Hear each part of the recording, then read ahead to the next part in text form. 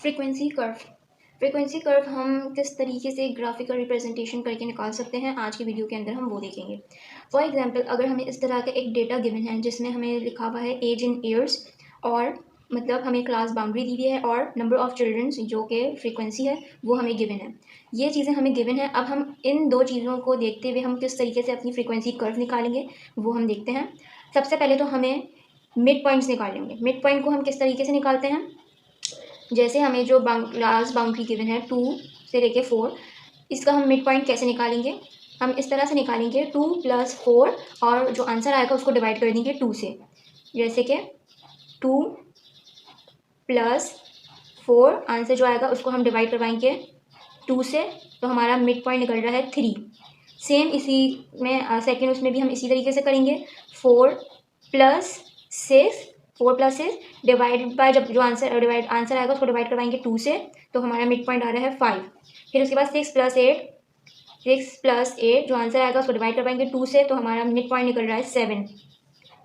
फिर उसके बाद 8 + 10 जो आंसर आएगा उसको डिवाइड करवाएंगे हम 2 से, तो हमारा इसका मिड पॉइंट आएगा 9। अब हमें मिड पॉइंट भी निकल गए और हमारी फ्रीक्वेंसी हमें ऑलरेडी गिवन थी। अब हम इससे ग्राफिकल रिप्रेजेंटेशन करेंगे फ्रीक्वेंसी कर्व बनाने के लिए। अब याद रहे, जो ये वाली वर्टिकल लाइन होती है वो हमारी हमेशा फ्रीक्वेंसी कहलाएगी, मतलब फ्रीक्वेंसी की वैल्यूज़ आएंगी यहाँ पे, और जो हॉरिजॉन्टल होगी उसमें हमेशा मिड पॉइंट वाली वैल्यूज़ आएंगी। सही है। अब हम क्या करेंगे, हम यहाँ से शुरू करेंगे। अच्छा, ये फ्रीक्वेंसी है और हमें ये याद रखना है कि हमारी फ्रीक्वेंसी की जो हाईएस्ट वैल्यू क्या है 5। तो इसका मतलब हमें यहाँ पर सारे वो वैल्यूज़ लिखने, वहाँ तक लिखेंगे जहाँ तक हमारी हाईएस्ट वैल्यू है, मतलब एटलीस्ट हमें हाईएस्ट वैल्यू तक हमें लिखना है। तो अगर आपके पास जगह नहीं है तो आप बीच बीच में से नंबर्स छोड़ के आप अपना ग्राफ बना सकते हैं, लेकिन याद रहे वो नंबर ज़रूर डालें जो आपकी फ्रीक्वेंसी में गिवन है। अब मेरे पास तो जगह है, मैं पूरा लिख देती हूँ।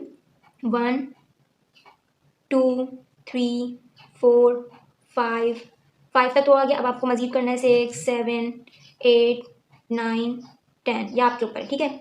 अब हम यहाँ पर जो है, यहाँ पर हम मिड पॉइंट वाली वैल्यूज़ लिखेंगे। 1 2 3 4 5 6 7 8 9 10, काफ़ी है क्योंकि हमारी हाईएस्ट मिड पॉइंट की वैल्यू 9 है, तो हमने 10 तक रख दिया, इतना काफ़ी है।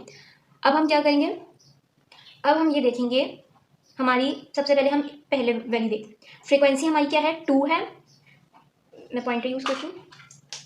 फ्रीक्वेंसी हमारे पास क्या है, 2 आ रही है और इसकी मिड पॉइंट क्या निकल रही है, 3। तो हम फ्रीक्वेंसी में देखेंगे कि फ्रीक्वेंसी में 2 कहाँ पर है, 2 ये रहा, और मिड पॉइंट वाली वैल्यू में 3 कहाँ पर आ रही है, ये। तो हम इस तरफ अपना एक डॉट बना के सर्कल बना देंगे। फिर उसके बाद सेकंड में देखेंगे, फ्रीक्वेंसी हमारी क्या है 4 और मिड पॉइंट वाली वैल्यू क्या आई है 5। फ्रीक्वेंसी में देखेंगे 4 कहाँ पे, ये है, और मिड पॉइंट वाली वैल्यू में 5 कहाँ है, यहाँ पर है। तो ये इस तरफ एक डॉट बनाएंगे और सर्कल बना देंगे। फिर उसके बाद क्या है, फ्रीक्वेंसी हमारी क्या है 5 है और मिड पॉइंट वाली वैल्यू क्या है 7। फ्रीक्वेंसी 5 और मिड पॉइंट वाली वैल्यू 7 इधर है, तो हमारा डॉट इधर आएगा। फिर उसके बाद फ्रीक्वेंसी 3 और मिड पॉइंट वाली वैल्यू क्या है 9। फ्रीक्वेंसी 3 और मिड पॉइंट वाली वैल्यू क्या है 9, तो हमारा डॉट इधर आएगा। अब हम इसको सारे डॉट्स को ज्वाइन कर देंगे कर्व बनाते हुए। शुरू हम यहाँ से करेंगे।